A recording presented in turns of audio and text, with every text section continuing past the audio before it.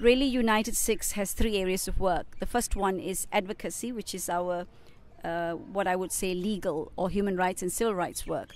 Now, people think that means going to courts. No, advocacy starts with creating awareness. If a Sikh in France has a problem with his dastar, the question is, how much did the Sikhs do about creating awareness about their turban? The same problem is not a problem in Netherlands, because Sikhs have done a wonderful job creating awareness, such that just a week ago or 10 days ago, the Prime Minister of Netherlands issued a letter to the Sikh Sangat saying that the government of Netherlands is very happy to have Sikhs on board, and there are no problems with their wearing of the dastar. But you know that the problems exist in airports. Any of you who have traveled to Italy right now seems to be Italian flavor of making Sikhs remove their turbans. You know that the UK government initially gave some kind of suspension of the European rules that allow a security officer to do a hand search as a matter of first step as opposed to a final step. And the UK government now, since February 14th of 2011, said that we're testing whether, even if we do apply the rules, whether Sikhs will still be able to enjoy their religious freedom. So there's a lot of work to be done in advocacy. You know, just recently in Mohali, a Sikh is shown on YouTube video who was probably part of a group. I don't know if he himself was a pharmacist, a group of pharmacists who were protesting about some pay and conditions, presumably, outside the Mohali cricket stadium days before the semi-finals. And he was led away by the police. I suppose the police were dispersing the crowds. And in the YouTube video, you see how he's being led away, and he's not creating a fight or a tussle.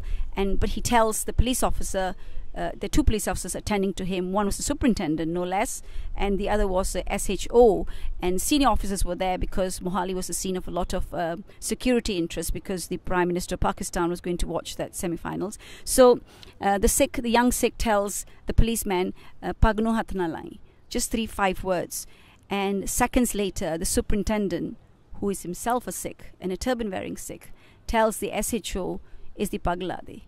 Now that summarizes the adversarial, the advocacy issues within the community and outside the community that we have to face. So if you're lawyers, if you're writers, if you're designers, if you're flyer makers, if you're speakers, if you're fundraisers, now you can imagine what you can do for the fact that United Sikhs has filed a criminal complaint with the magistrates in Mohali, and on the 16th of April 2011, which is in the future date for me here now speaking to you, we wait to see how they respond to the magistrate's order that was made on the 31st of March that they have to produce a report.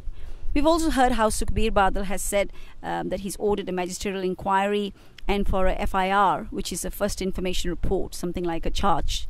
It's not a charge, but that's the equivalent, to be registered against these two officers who have since been suspended. But we all know that there has been no FIR registered. There can't be clearer evidence than the evidence on that YouTube as to what happened that day. It wasn't a case of a tussle. Even in a tussle, as the SGPC president, Mr. Avtar Singh, said, there must be a way in which police must be encouraged to conduct themselves to avoid a situation where a Sikh turban is removed. So these are the adversarial advocacy issues around the world. We also do humanitarian relief. Now, Japan is a sad story. Why? The Japanese are a very proud community. We know that the tradition of harakiri, taking your life in place of, so that you are not suffering indignity, that same community today has been hit by an earthquake that I think we still do not know the impact of. We hear of radiation leaks. We hear that the chairman of the energy company is himself in hospital. We hear that all people are dying, and that the allocation of funds per family is a measly sum. And the reason, well, how many of us have donated to Japan? Why? Because we think it's an affluent state. But hardship does not respect poverty or richness.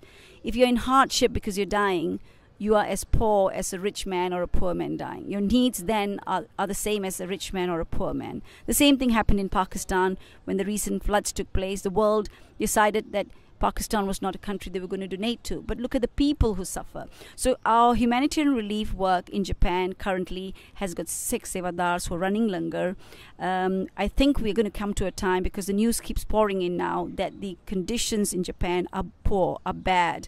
I'm always reminded about the fact that when the Holocaust was taking place in Germany, in Europe, the world did not know about it. The world knew about it years later. So bad news does not travel if the people do not want to perpetuate a certain image. So that's humanitarian relief. We've been in Haiti and various other missions since at least 2004.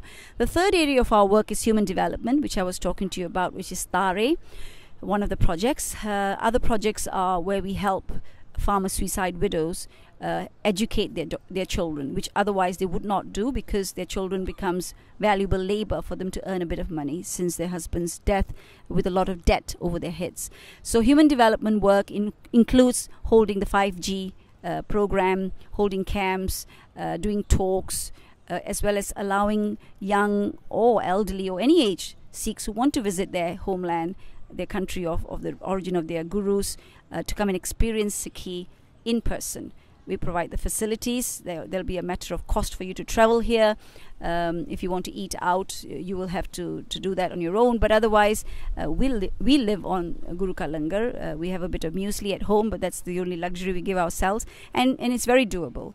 So pick up the phone, pick up the keyboard and send us an email as to when you can be with us. Remember, bring yourself in all three ways. Man, tan, tan. Come with your mind so that you can change it perhaps. Come with your body so you can give the energy. And your tan must be your pyar. I'm not asking you to bring your money.